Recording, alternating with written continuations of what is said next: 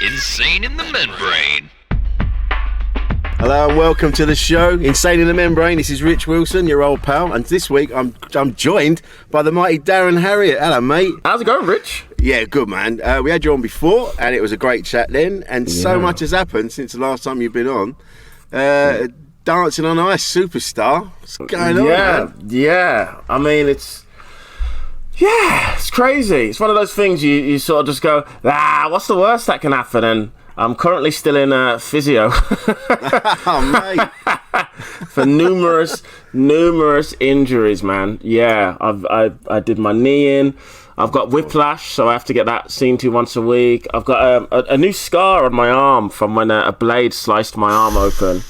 I've got a bit of bone sticking out on my knee. But you know, it's still better than Christmas gigs.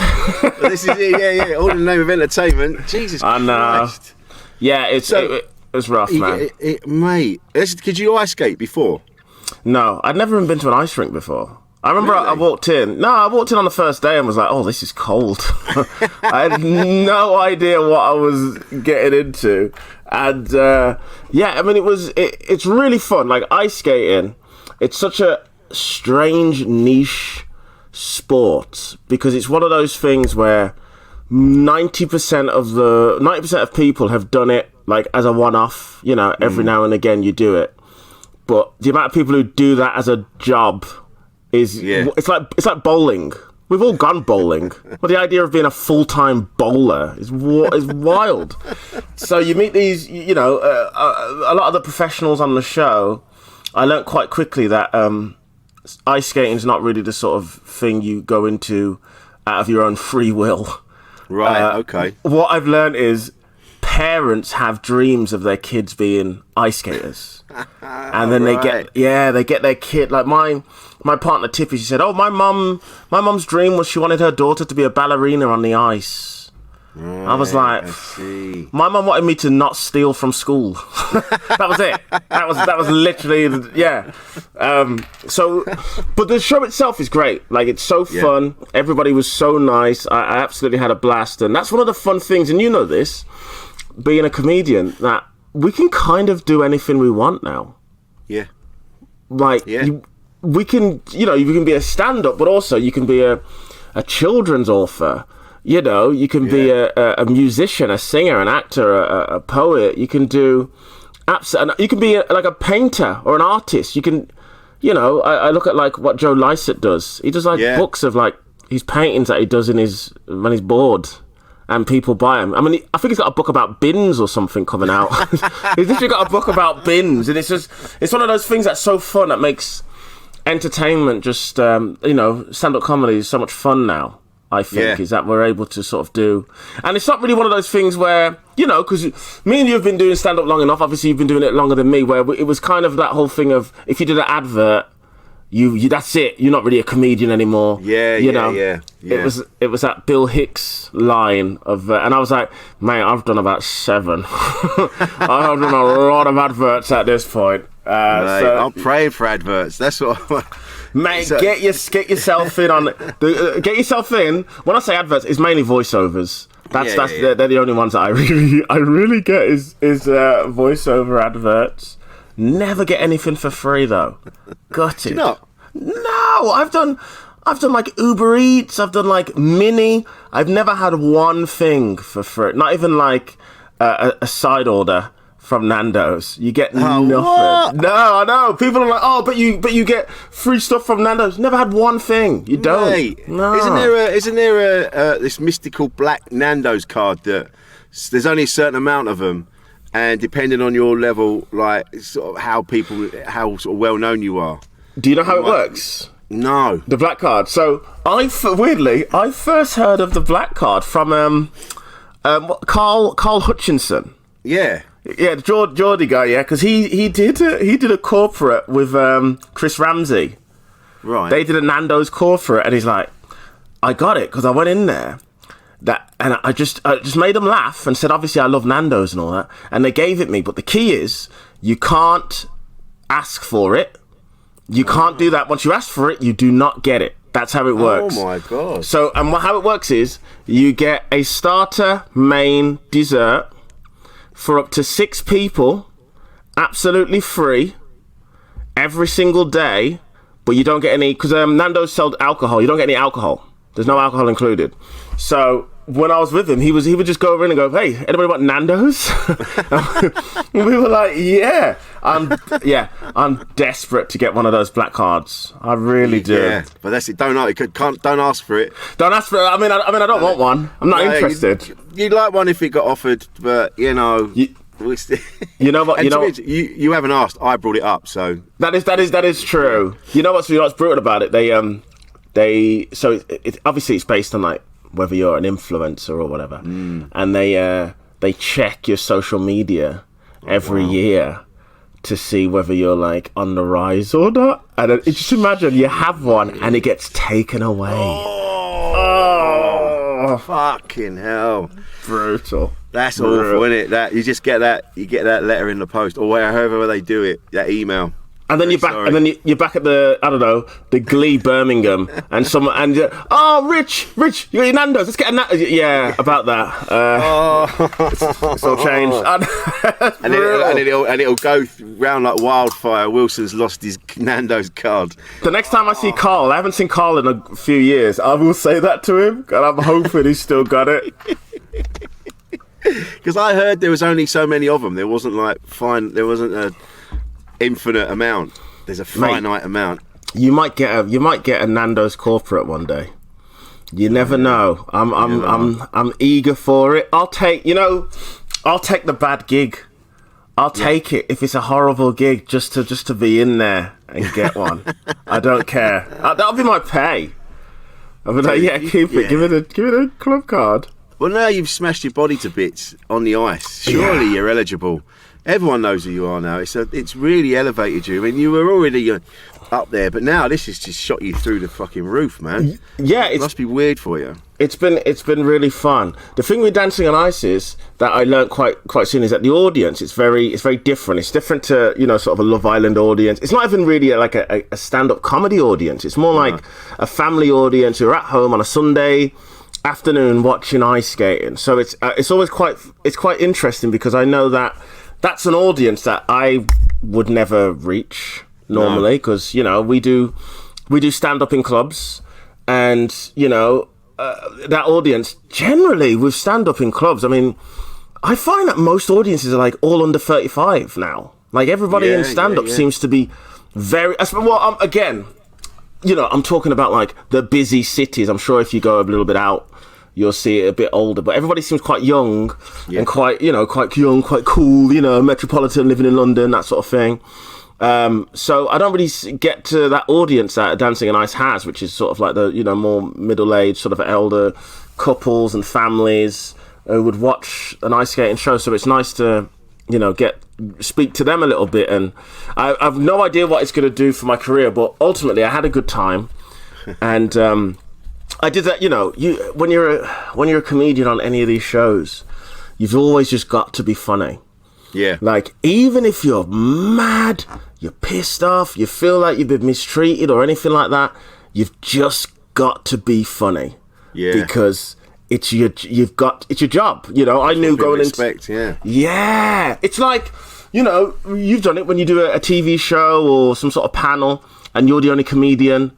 And you're like, well, okay, I guess I got to be bringing the laughs in because nobody else is gonna. And you have that like pressure. And with Dancing on Ice, I knew that as well as the skating side. Of course, you've got to be good.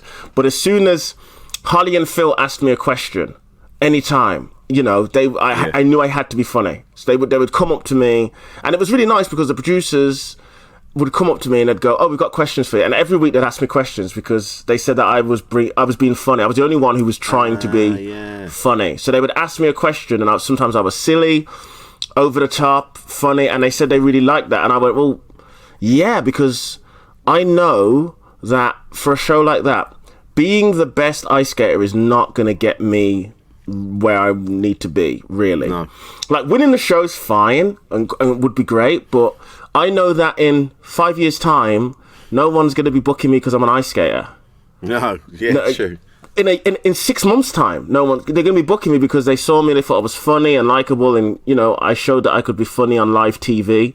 Yeah. So to me, as much as the ice skating was important, that part to me was like, if ice skating was like middle priority, being funny to me was even more than being good at ice skating, because I just knew that's where my value is, that's where my stock is.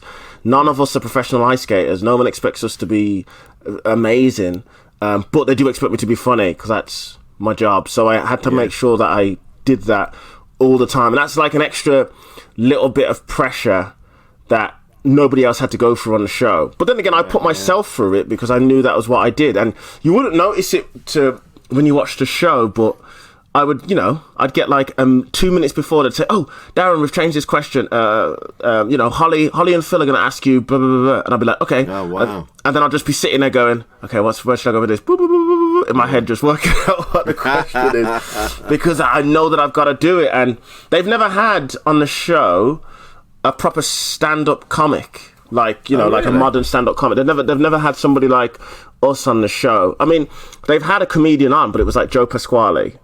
And it was, what Joe Pasquale does is he's constantly sort of pulling pranks and being silly, and, there's also, it's his old school type of comedy, as opposed to somebody who's a bit more new school. But also on the ice, I was very serious with like the training, and they were quite surprised. I think one of the trainers was quite surprised how serious I was when it came. I was like, well, yeah, I wouldn't do this if I didn't. I didn't think I could do it. And that's another thing. Have you noticed that, Rich? Because how long have you been doing comedy for now? 19 years. 19 years. Have you noticed how comedians now are like athletes?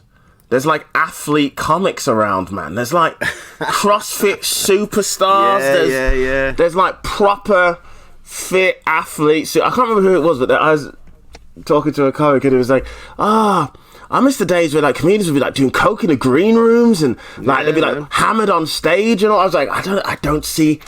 If I saw a comedian drunk on stage, like actually, I would look at it like a horror show. Like, oh my god, what is happening? You just don't see that anymore. Even when I started, even behind the bar, when I started out, and you'd see that like comedians were just fucking on it. They were just pissed off their heads. There's a famous story of Glenn Wall being off his head on pills, and he was halfway through his set. They had to turn him round because he was doing it to the curtain. I mean, I don't know if it's true. I've heard that story a few times, but it's you don't get that now. In fact, if you feel weird if you're drinking a beer or alcoholic drink in a green room. Yeah, I'll do it. I don't do it. There's certain gigs I do that at. I'll be like, fuck it, this is like being in my lounge, I'm going to have a drink. Yeah. But a lot of the time, you don't even think about it. You're like, I'm not going to have a drink. I just need to do the gig, and I don't want to look like one of those old sad comics sitting in the corner. Why did it never happen for me? And you're just getting pissed. Yeah. We've all seen those fellas, and I don't want to be that. So I think you have to be on it now. There is something to be said for the sort of comic on stage, mic in the stand, sort of wobbling beer in his one hand, ranting, and the beer's filling. There is something to be said for that kind of like a sort of old school, sort of loud, ranty comic with a beer. But I guess that's like Edinburgh, though, isn't it? Now, Edinburgh, you see a lot of comedians just go off the rails for the month. Yeah. I think a lot of it is because, some comedians are married, kids, they have a very sort of a life that is sort of, I take the kids to school, pick the kids up, go to this gig, blah, blah, blah, blah. And then Edinburgh is like, oh, it's half term anyway, I don't have to do any of that. Also, my kids are in Manchester, I'm in Edinburgh, in a, I'm 35 and I'm in a uni dorm for a month. It gets wild. There's always stories of comics coming back from Edinburgh who are like, oh, I don't drink anymore. Yeah, I don't drink. I'm just I'm done. And you just go, wow, something happened to you, man. Something happened to you. But you have to. I feel because it's not just a case of now just doing comedy. You have to do so many other things. Like you have to do podcasts and social media things, and you always have to be putting stuff out. That doing that and being pissed and things, you just can't do it. This has now become. This is like a 24-hour job almost. Like you're always thinking about the next thing you have to do. And like you said, you did Dance on Ice and you've had a great time doing it. But really, it's just an advert for you and to get people to come to see you at your shows, really. And so you need to be on it. So you can't be drunk in green rooms and drinking like we used. Those old boys wouldn't be able to cut it now. Yeah, they just would fall by the wayside. It's almost like you have to keep fighting your corner now more than ever to keep relevant and involved. That's a very good point. Comedians nowadays, we have to do like everything. Like, I mean, back in the day, it was you could literally just go on stage, do jokes, make a good living, go home when you're done. Yeah. Whereas now, we're all putting out content online. Yeah. Most comedians now are video editors, or they all know how to edit videos, do their own subtitles. Make funny videos. I've now trying to make funny videos at home because I see it and I go, oh yeah, this is like they're selling a lot more tickets now because they put out funny videos and people just flock to it. It's my agent probably wouldn't like me saying this, but I go, it's way better than TV.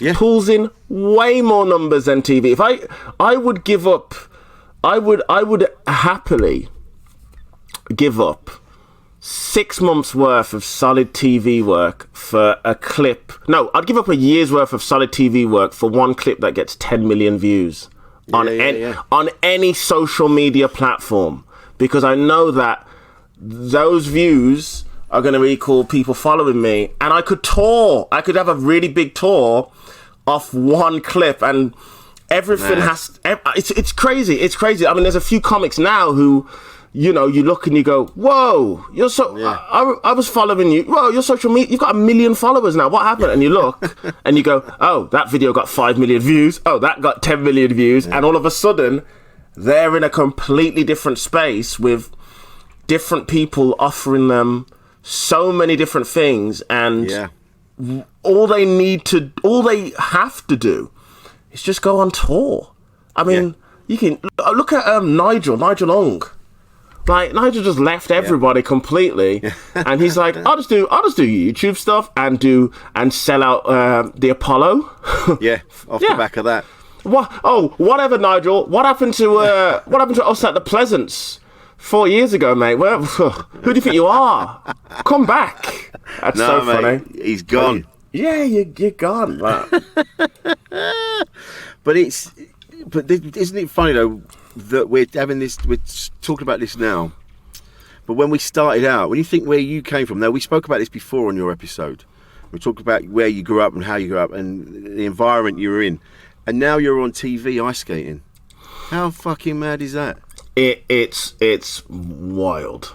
When I did a few interviews with newspapers and stuff, and they would ask me about my life, being in a gang, carrying a knife, all of that sort of stuff, my dad's death. And then in my head, I'd be, talking about, when I was young, I definitely would have stabbed somebody because that was the mentality we had and all this.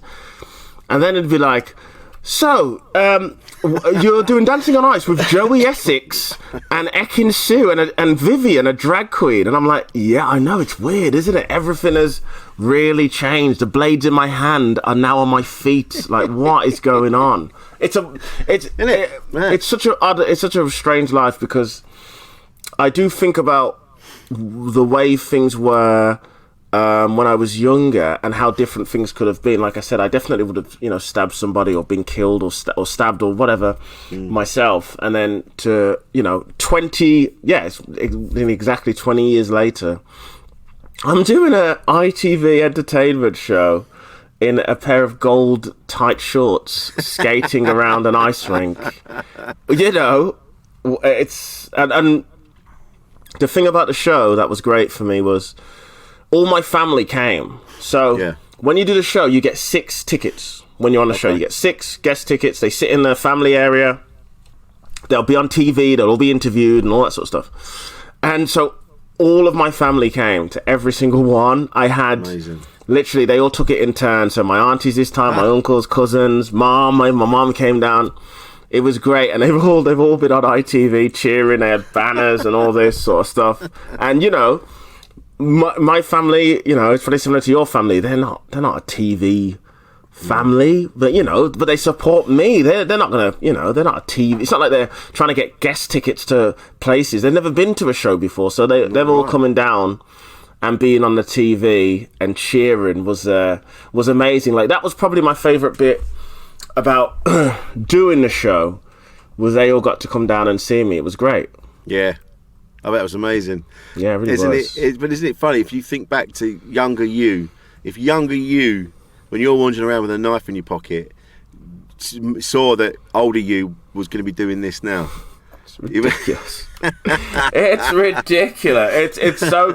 It's so crazy, and it really hits me quite a bit, because I think about you know what I was like and my mentality and all that, and then I think if I had stabbed someone and went to prison, and that's it, my whole life is just completely different. Like one stupid mistake, my whole life is completely different. And whenever I read the newspapers, and there's always some teenage kid being killed, you know, or some gang affiliated or whatever, and the kid's like, you know, 14, 15, I always feel really sad, because I always feel really sad, obviously, for the kid that's been murdered.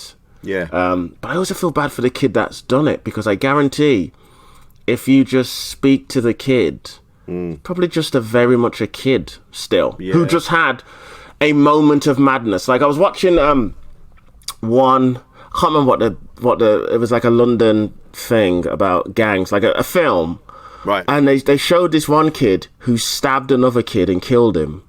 And then as he run off, he was like, yeah, got ya. And I was like, it wouldn't be like that. No. Like, this kid was like, yeah, we got him, blood, yeah, and the kid was like, bro, and I was like, that wouldn't happen. Like, you wouldn't be jumping for joy that you've just murdered this kid when you're 15. You wouldn't do that. You'd immediately have regret. You would immediately be like, oh no, what have I done? My life has changed. You wouldn't be sort of dancing over his. It's stupid. And whenever I see it, I always just think, man, this kid who's now going to spend, you know, his life is completely ruined. Yeah. You know, as it should be for killing someone.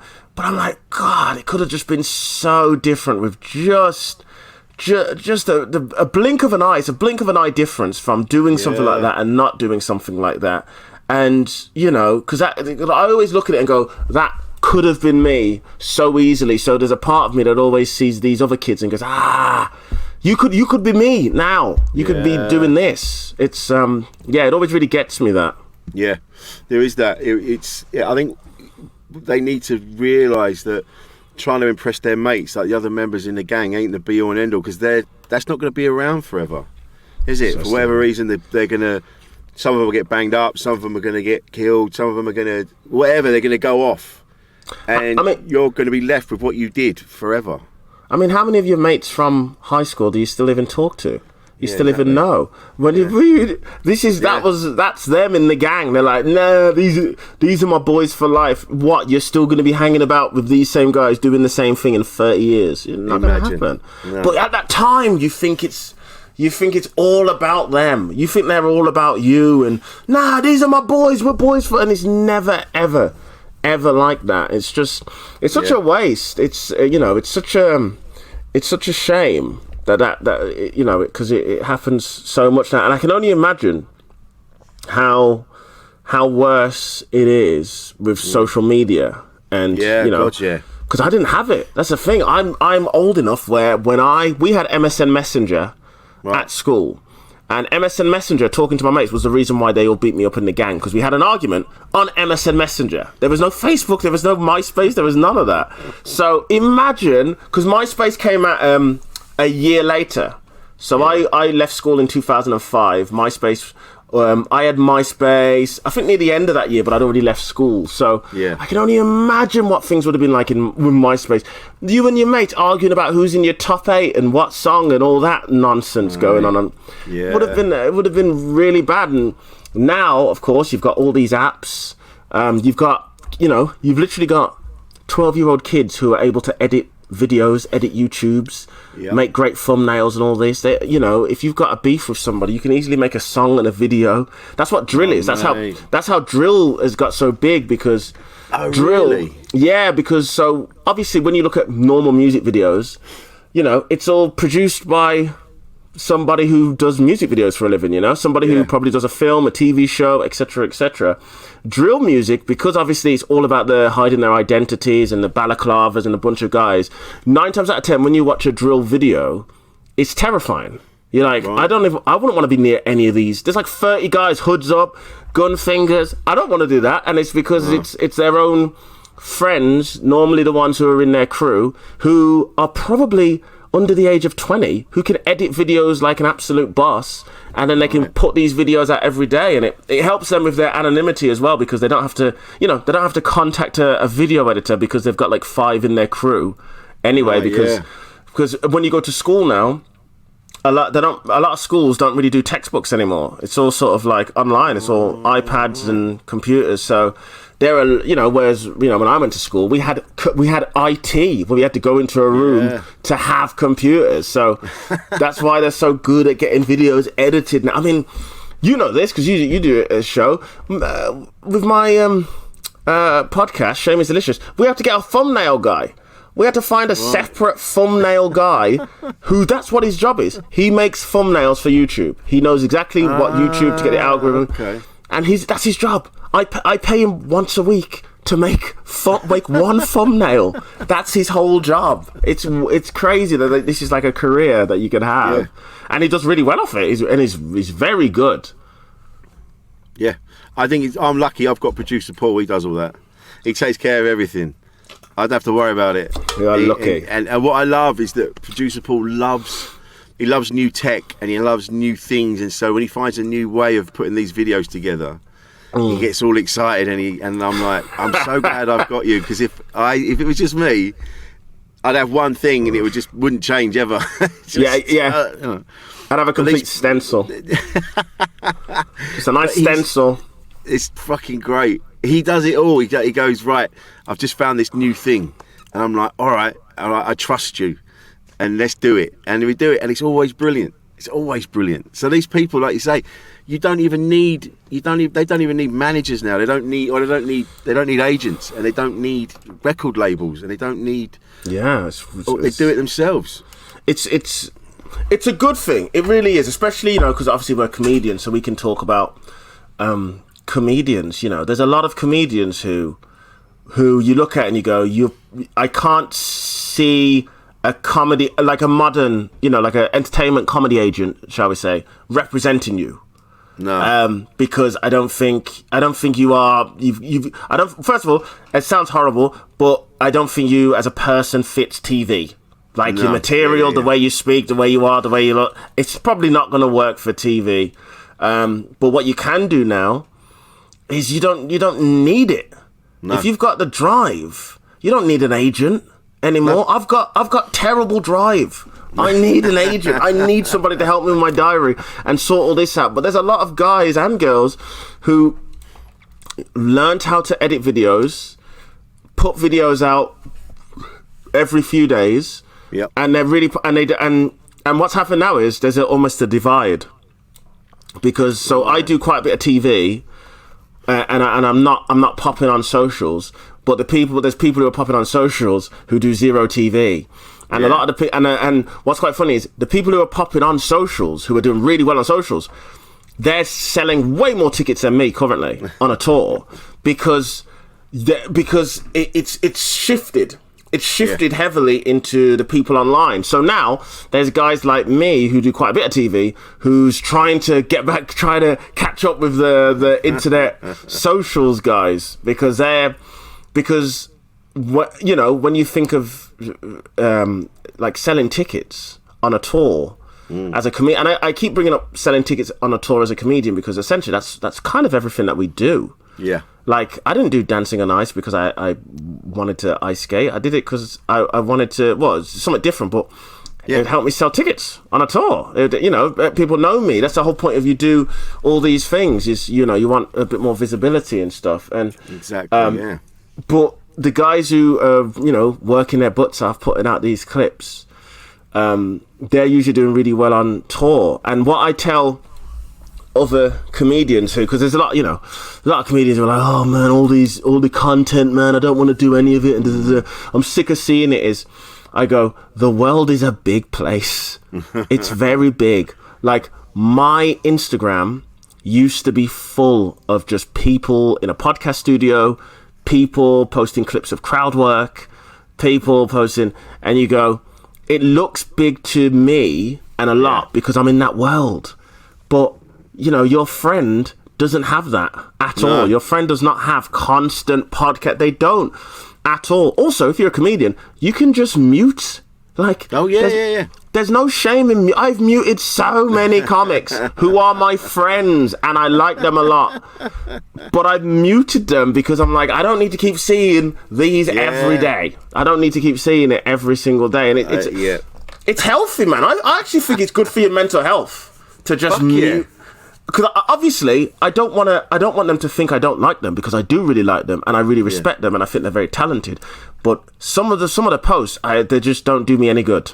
Like, some of your posts don't make me feel good. And you're not doing it on purpose, obviously. So I'll mute you. Oh, it's great. Whole new world.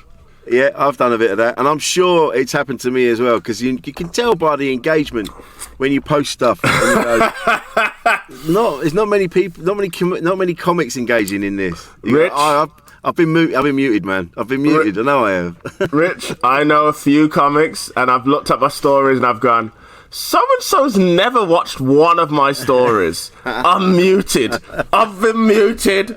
I know. You know it. I can tell. I know what comics have muted me, and I'm like, and I cannot complain because I have done it. 9 times out of 10, I've probably muted them as well. It's fine. You just, like you say, it's not personal. And people listening to this that aren't in this industry that we're in, it's the same for them as well. Like, if you're listening to this and there's people in your life that you just go, oh, I love you, but I can't see your bullshit that you pump out online. I just can't watch it. That's a different person, the stuff that's coming out online. That's just their online presence. Just mute them. Rich, how many people do you think were muted when the vaccine came out and they were heavy anti-vax, and all their posts were about? Because I've always been, when it comes to the vaccine, I don't care if you're anti-vax, I don't care if you're pro-vax, just don't make it your whole personality. That's my whole thing. So if you're posting too much about the vaccine or anti-vaccine, I'm gonna mute you, because I don't want to hear either one. Because I don't want to see it. I don't want to see it. I don't need to see you posting about it. And I'm sure there's a lot of that. There was a lot of that when George Floyd died. There was a lot of mad posts and all that. People getting muted left, right, and centre. Then, well, some of them are just unfollowed. But you've got to do it, I think, for your own mental health. And I think some people feel quite guilty about doing it because they almost feel like they're sort of disrespecting their friend or their mom or their whoever. And you can't, man. Just protect your own sanity. Exactly, for your own good. Yeah. Because I do know there's been a couple of people and they've gone, oh, did you see so-and-so said blah, blah, blah. And I'm like, no, I haven't seen anything. Oh, yeah, I muted them. And then I have to go and have a look. And then I'll go, oh, shit, yeah, that's a bit fucking nuts what they're posting there. That's why I muted them, because I don't want to see that batshit stuff. It does feel very strange when you know you've muted somebody, but you go and check their page out. It is a strange feeling. Like, I didn't want to see your post, but I should check in just to see if. Maybe in my head, I'm just weighing up a decision as to whether I'm going to unmute them for a bit. Yeah. Because sometimes I will unmute some people just because I want to see something different in my stories at the top, like a different face, because you just get the same faces. And you go, yeah, let's spice things up a little bit on a Monday. Why not? Let's change it up, man. Yeah. I'm the same. Yeah, it's just sometimes I'm like, no, I don't want to see this anymore. And I just got, you just got to just, and I'm sure, the trouble is I don't post much. I post a bit, but I'm always being told I don't post enough. And I'm like, yeah, but I post all the time. Like, no, you've got to post 3 times a day, and you got to be on it, and you got to be this. And I'm like, I haven't got time. I haven't got time. You know what it is, Rich. You've kind of got to. So doing the podcast, and you know this is your podcast. When you put the clips out, every now and again, whoa, you strike lucky. Yeah. You'll throw a clip in, and you'll check it 2 hours later. You have 5,000 views. Yeah. What? I posted this too. What? I normally get 5,000. That's like me. I get 5,000 in a week. 5,000 in 2 hours. Oh my gosh, what's happening? And then there's this algorithm, and you try, and then you'll post another clip, and you'll get like 200, and you're like, oh no, it's so hard. It is like you are chasing that high, and there's some comics who are like the most prolific in terms of videos. I mean, Rialina and Dane in particular. Yeah. I love both of them. Jesus, Rialina's posting like Dane posts like 3 stand-up clips a day. I don't know how he does it. I don't know where he gets the clips from. I don't know what he's doing. Because when the comic is posting a lot of clips, when you go, wait, that's a clip of you with hair. That's who you trying to fool? That's an old. You're posting, but Dane's is all like recent, and he's one of those guys that he sees it and he just keeps posting it and posting and posting, and what will happen is eventually you'll strike gold. You'll get that clip, and it's very odd because comedy is all about like in the moment. It's supposed to be in the moment, that live feeling. Whereas now, I've done stand-up on stage a few times recently where I've said something in a certain way because I know that I'm editing it on a clip. Right. And I know that that's going to be put up as a bit of stand-up at some point. So let me make sure that I say it this way because I want the subtitles to have like it's little things like that, and I'm like, oh my gosh, what? I'm giving myself that extra little bit of pressure on doing stand-up because that is where it's going. It is all online. It's like I'll tell you what's happening. All the comedians now are just putting out sort of stand-up specials on YouTube. Like the days of, remember that, I remember the days of like, oh, HBO special. Oh, somebody's got a Comedy Central special. Oh, who's this? What? Remember when Netflix had Netflix special was like, what is going on? Nowadays, like, it's not the same. Most comics won't even bother even thinking of Netflix or a Prime or anything like that. They will immediately just go, I'm filming it. What are you going to do? I'm putting it on YouTube. I'm going to film it. I'm going to cut it into about 15 clips, all edited, subtitles, minute long. Put them out over the next few months. Then I'll release the full special. Bam. Yeah. That's exactly how people do it now. And again, it's that whole thing of putting it, taking it back and putting it all in your own hands. And to record a special now and get it edited and that, it's not that much money. No. Because all you need is 3 cameras. And let's be honest, every single comedian has about 2 or 3 cameras now at home because everybody's recording themselves. They know production companies that would happily come and record it. I mean, I did a gig the other day and 2 of the acts who were on had brought their own film crews to record. Hell. They brought their own film crews to come in. There was one had 2 guys with gigantic cameras who was filming because they're filming a special. But these are all acts who are really good on socials, and I was like, maybe, and it was at Top Secret as well. And Top Secret, as we know, have recordings that they send out. But this act was like, well, no, I actually want it to look a certain way. So he had his own guys with like mounted cameras to record. Hell. This is what it is, Rich. This is what it is. This is stand-up now. It's all. It's not to be digested in the room. No. As well. It's purely to be digested, laying on your back, swiping to the right as you go through different. That is what stand-up is now. Mate, going back to what you said about being on stage and editing as you go, because you're recording it for a clip. I did it. I put the clip up, but I remember before when the thing happened in the room, and then I actually said to the audience, I went, that's the one, that's it, that's going out on TikTok, that's the one. And everyone was laughing, and I'm like, oh, I sound like such a prick. Rick, Heckler gets destroyed. Comedian. What did you put? I put. I think I saw. Hang on, I think I saw this one. Was it something like comedian gets destroyed or something like that? That was it. Yeah. I saw that. So that's it. And you got to word it so people go, "What's this?" Just to get them to click on it. So now I'm gonna put things up like comedian gets beheaded live on stage or whatever. yeah. There's so many. You've got to do it. I mean, we all hated clickbaity titles at one. Oh, it's just a bit of clickbait, but I'm telling you, on YouTube and there's algorithms and the socials, it really works. I'll tell you what also really works. I remember when there was a few comedians now that have sort of really blown up on socials. They would unashamedly post a video and they would put it in a WhatsApp group. Can everybody retweet it for me? Yeah, and they would say, can you all retweet? And it really does work. And there is something in it to be said with comedians, man. Like if we all just started our own WhatsApp group, like a big one where there's like 20 of us, and we literally all just go, hey guys, why don't we all just post each other's videos? Like, if I'll post this video, because I mean, how many videos have you retweeted where you haven't even watched the video? I do it all the time. I'll retweet a friend of mine's video because it's a friend of mine. Yeah, sure. Go. Let me help you get some more views. And I think just a nice WhatsApp group, and it's purely, and I'd be strict with it as well. I would be like, no. This is, you just post a video in. That's it. Because what will happen is it'll just turn into like a bitch comedy fest all the time. And it'll be you know what comedians... No, we're not doing that here. This is purely just to help each other grow on socials. Let's stay away from... That's a great idea. Yeah. All the gossip. I'm not in any of the groups, and but I'm mates with a couple of people that are, and I get my gossip from them. Yeah. And they tell me what they say. I get screenshots going, this is what's going around today. I'm like, fuck it hell.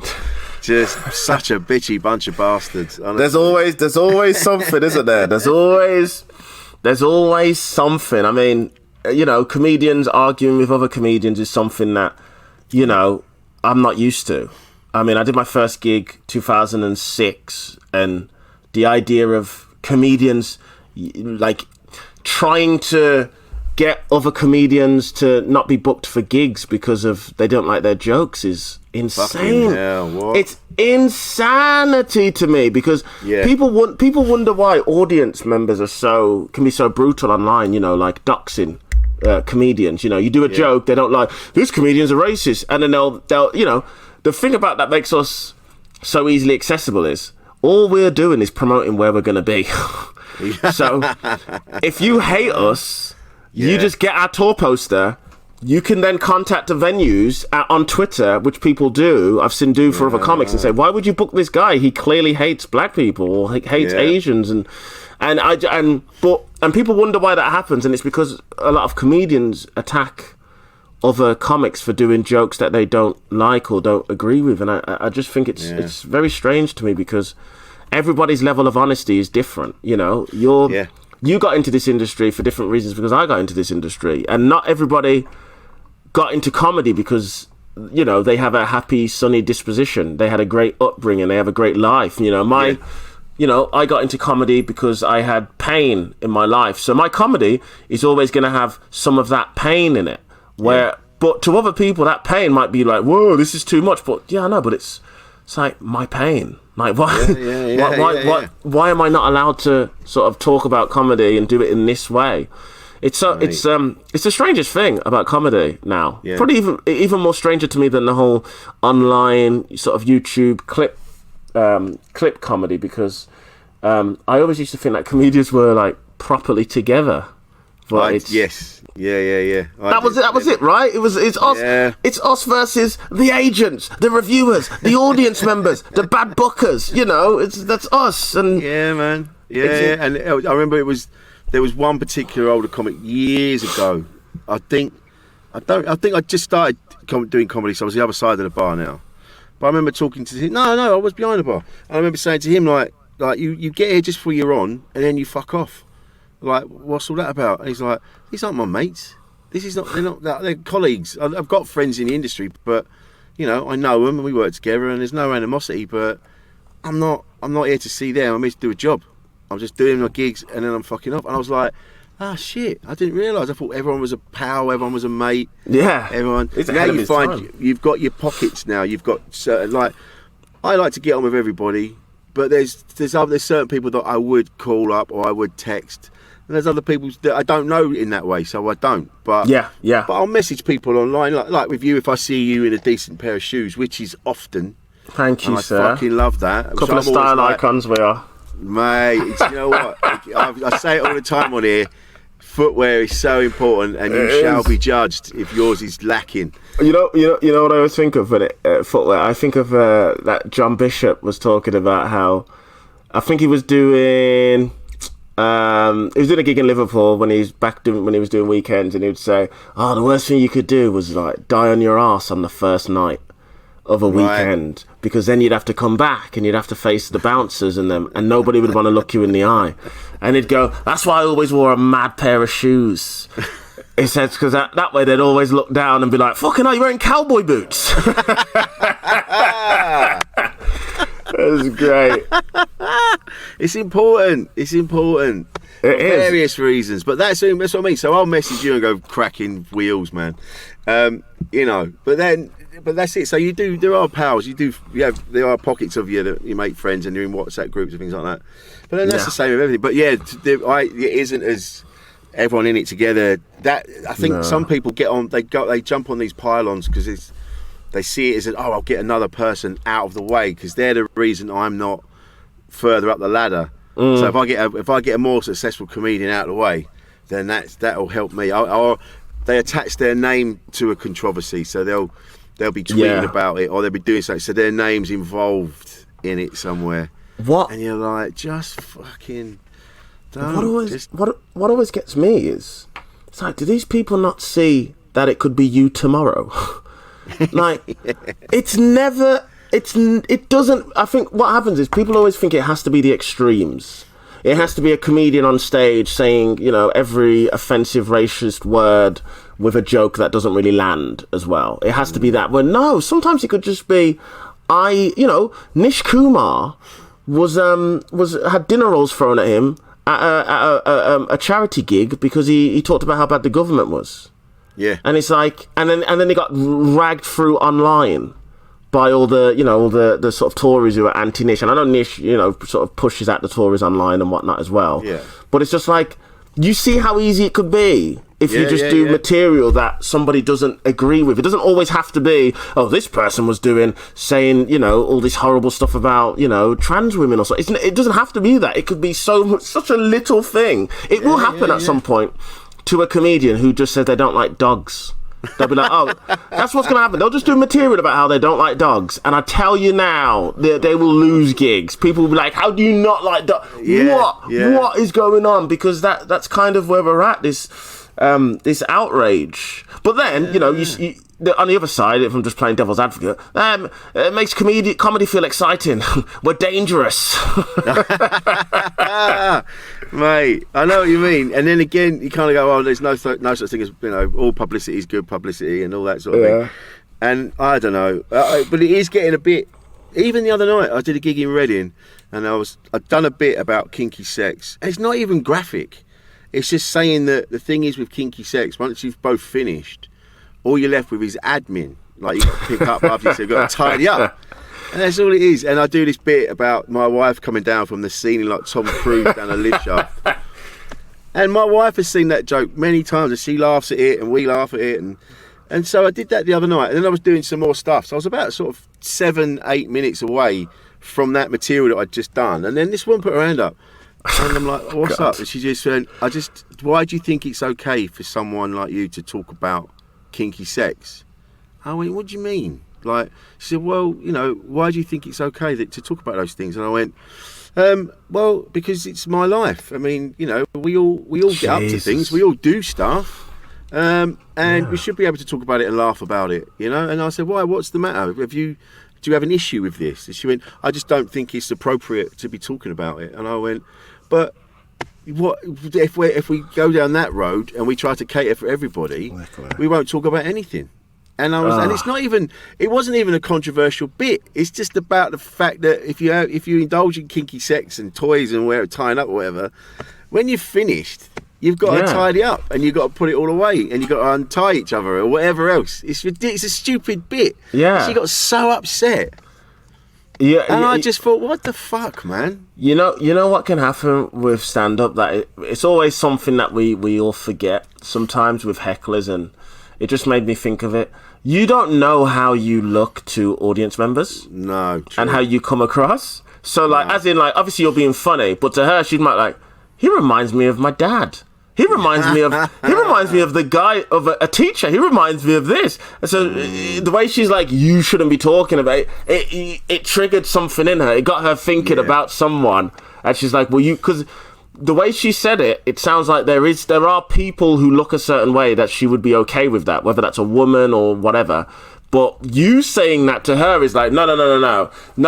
A man of your age should not be talking about those kinds of things. It's so strange that you know, and this goes for all hecklers. You would see a room of people having a good time, laughing, and then you've moved on from the material, and there's a part of you that's like, no. I need to hear him on this. I need to hear what he thinks of how he thought that was an acceptable joke to make on stage at a comedy gig. That's why I you know, this will definitely bite me back in the arse at some point. I am such a big defender of comedians at all times. It doesn't matter what the joke is. You're a comedian, you're on stage, you're doing a joke.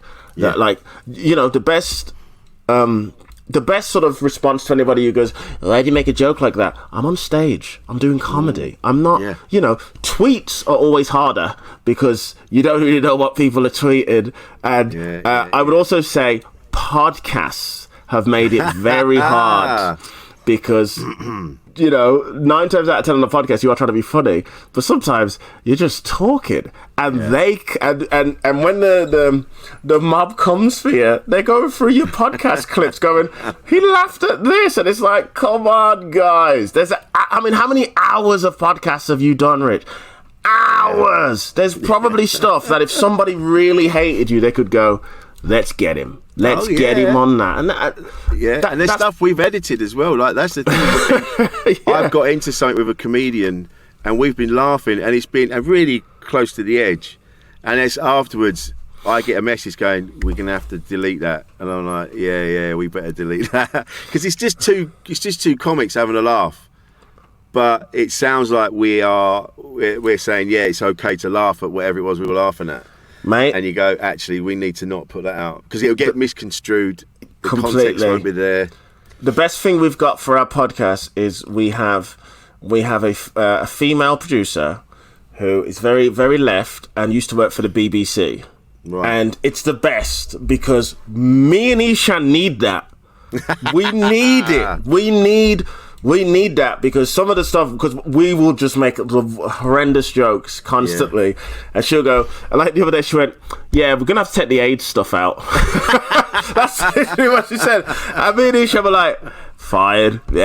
Fine. There's always one, because we're literally just being comics, just having a laugh about whatever. And, you know, in today's world, it will get, somebody will pick it up and go, well, you know, this is what he means. I remember talking to one comic, a female comic, and we mentioned Bill Burr because he was performing, and she went, I think he hates women. And I was like, I don't know. I don't take everything he says as a statement of fact. I don't know. I just think it's just being funny. Yeah, and that's the point. And if you listen to Bill Burr and other things, and the way he talks about his wife and his kids, of course he doesn't hate women. Yeah. He just hates that there's a stereotype he's talking about.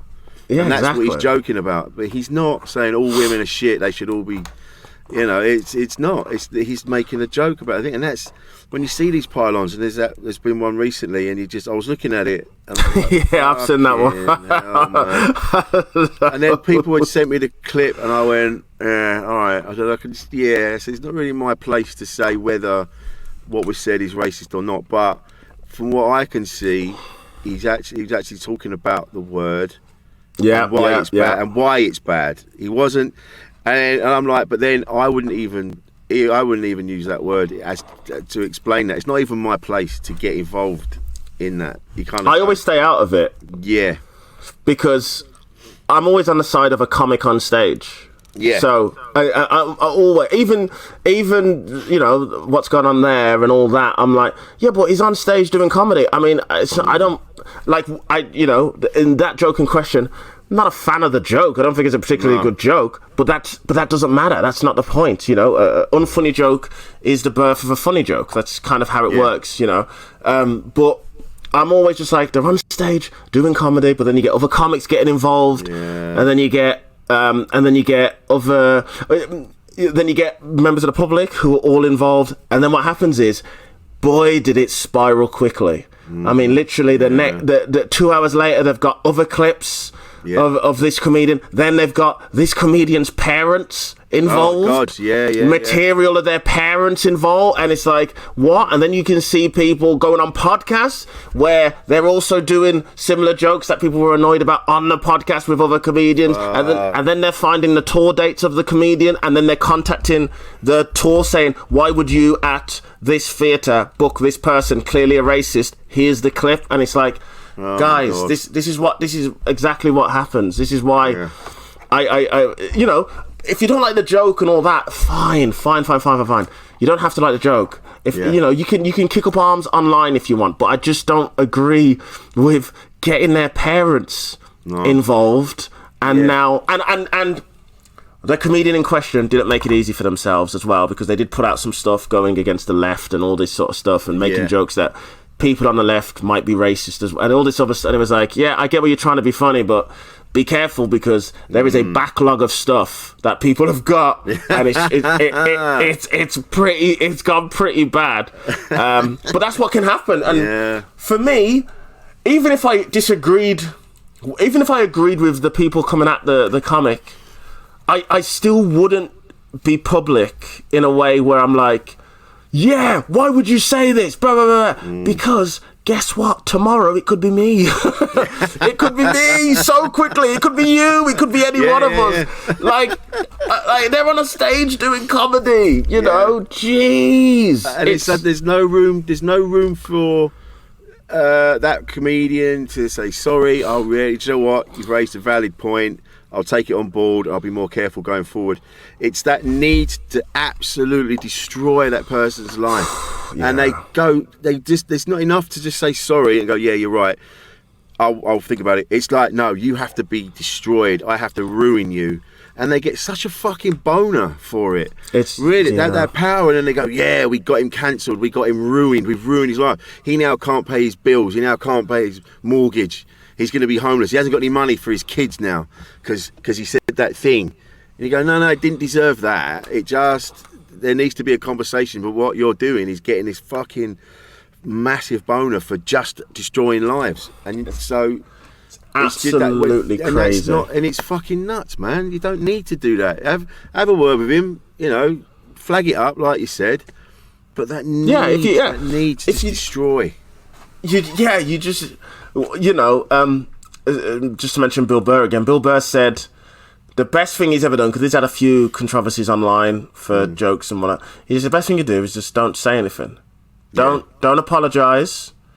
Unless you really want to and you feel like you did wrong. If you've been an asshole, say, yeah, I was an asshole. Yeah, my bad. Or don't apologise. Carry on. I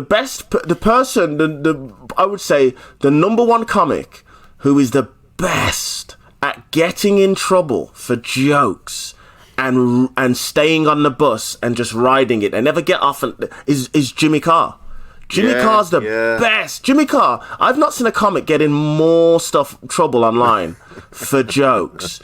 And then Jimmy Carr, I would say Jimmy Carr and Ricky Gervais are very good. Ricky Gervais is good because everybody knows Ricky Gervais, and that's that's his thing. And he goes at people online, and he almost, when Ricky Gervais delivers his material, he does it in a way that lets you know that I am being playful, and I know the people who don't like me already don't like me, but I don't care. I'm being playful. Whereas Jimmy Carr, because he's almost like that robotic on stage a little bit with his delivering his material, he just doesn't. He just delivers his jokes. You never hear him apologize. You never hear him talk about it. Like when he got in trouble for the joke about the Travellers on his. That was huge. I mean, it was a very good joke, and that was. I tell you, that was one of those jokes where I realised you've got no chance if the mob wants to get you because Jimmy Carr literally said on that special, he goes, "Hey, this joke is the worst joke, one of the worst jokes I've ever come up with.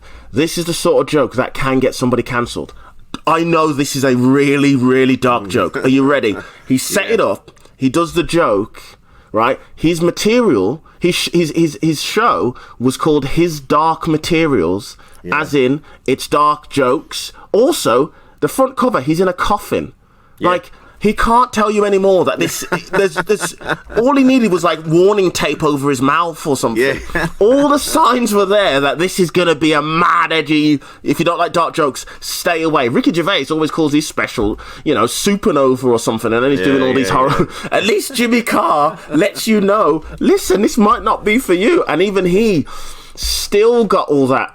People will call him for him to. I mean, Catherine Ryan was like defending him and all this other stuff, and obviously Jimmy Carr didn't need it, but she's a big supporter of just being funny and doing jokes, and it just shows that when they want to come for you, they will come for you. You just need you need to have everything planned and ready. All your affairs in order.